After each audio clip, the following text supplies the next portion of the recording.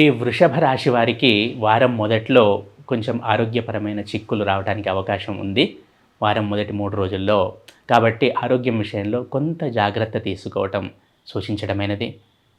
అలాగే తమ కమిట్మెంట్సే అనుకోండి, లేక తమకున్న బాధ్యతలే అనుకోండి, రెస్పాన్సిబిలిటీసే అనుకోండి, ఏదేమైనా కూడా ఈ వారంలో కొంచెము ధన వ్యయం అనేది కనబడుతుంది తమ కమిట్మెంట్స్ రీత్యా.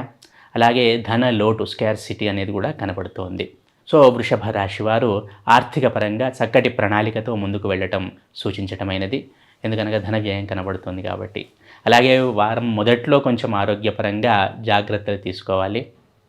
అలాగే వృత్తి ఉద్యోగాల్లో ఉన్న వృషభ రాశి జాతకులకు చక్కగా ఉంటుందని చెప్పవచ్చు. వారాంతంలో చిన్నగా చిక్కులాగా రావచ్చును ఉద్యోగం రీత్యా, వృత్తి రీత్యా. అంతకుమించి ఏమీ లేదు. మొత్తంగా వారం కెరియర్ పరంగా చూసుకుంటే, వృత్తి ఉద్యోగ వ్యాపార పరంగా చూసుకుంటే చక్కగానే ఉంటుంది అని చెప్పవచ్చును. అలాగే విద్యార్థులైన వృషభ రాశి జాతకులు తమ ఏకాగ్రతను పెంచుకోవటం సూచించడమైనది. ఫోకస్ అనేది పెంచుకోవాలి. ఏకాగ్రత అనేది, కాన్సన్ట్రేషన్ అనేది పెంచుకోవాలి. చక్కగా చదువుకోవటం అనేది వారికి చాలా అవసరం. ఈ వారం కొంచెం తగ్గుతుంది ఏకాగ్రత అనేది, కొంచెం పెంచుకోండి. ఎంటర్టైన్మెంట్ జోలికి వెళ్ళకండి వృషభ రాశి విద్యార్థులకు ముఖ్యంగా.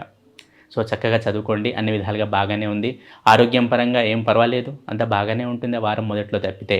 అలాగే భార్యాభర్తల మధ్య అన్యోన్యత కొంచెం లోపించడానికి అవకాశం ఉంది. కాబట్టి కొంచెం జాగ్రత్తగా ఉండండి. అన్ని విధాలుగా బయటపడవచ్చును. అలాగే ముఖ్యంగా వీరు సూర్యదేవత ఆరాధన,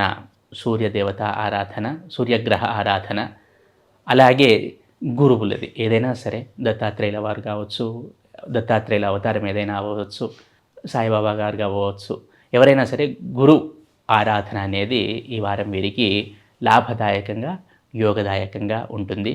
పెద్దల ఆరోగ్యం పట్ల జాగ్రత్త, తమ సంతానం ఆరోగ్యం విషయంలోనూ కొంచెం జాగ్రత్త అవసరము. మిగతా అన్ని విధాలుగా వృషభ రాశి వారికి బాగానే ఉంటుంది అని చెప్పవచ్చును.